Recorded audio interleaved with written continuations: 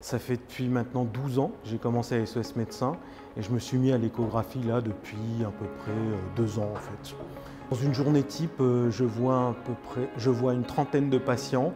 J'utilise une dizaine de fois l'échographie, ciblée surtout sur l'abdominal, le pleuropulmonaire et aussi en cardio.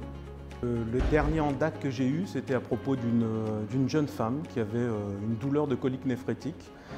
Je lui fais une bandelette urinaire, on trouve qu'il y a du sang et des leucocytes, donc elle avait une infection urinaire. Je pose l'échographe, je tombe sur une dilatation des voies, donc en fait elle avait un obstacle qui obstruait.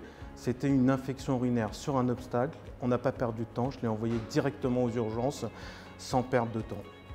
J'avais un a priori sur l'échographie, j'avais déjà fait des formations en sonoscanner sur l'échographie rénale et je me disais le jour où je tombe sur une hydronéphrose, est-ce que je ne vais pas passer à côté? Et j'ai eu juste à poser mon échographie et j'ai vu que c'était inhabituel, j'ai vu la dilatation, le diagnostic vraiment a sauté aux yeux, mais c'est vraiment à force de pratiquer qu'on arrive à faire la part des choses.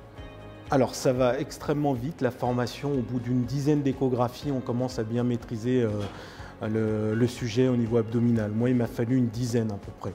La dernière utilisation que j'ai eue, c'était pour une patiente de 80 ans qui était au domicile avec une suspicion de phlébite. Je lui ai fait les 6 points de compression, j'ai vu qu'il y avait une bonne compression, donc du coup on pouvait attendre avant de l'envoyer à l'hôpital. Je n'ai pas été obligé de l'envoyer à l'hôpital avec une attente longue au service d'urgence et que j'avais pas d'argument pour une phlébite, elle reste au domicile. J'ai l'impression que quand je n'utilise pas cet échographe, j'ai l'impression que mon examen il n'est pas complet. J'ai vraiment besoin de l'avoir pour essayer d'affiner mes diagnostics au lit du patient. Le conseil que je donnerais, c'est qu'il faut se lancer en fait.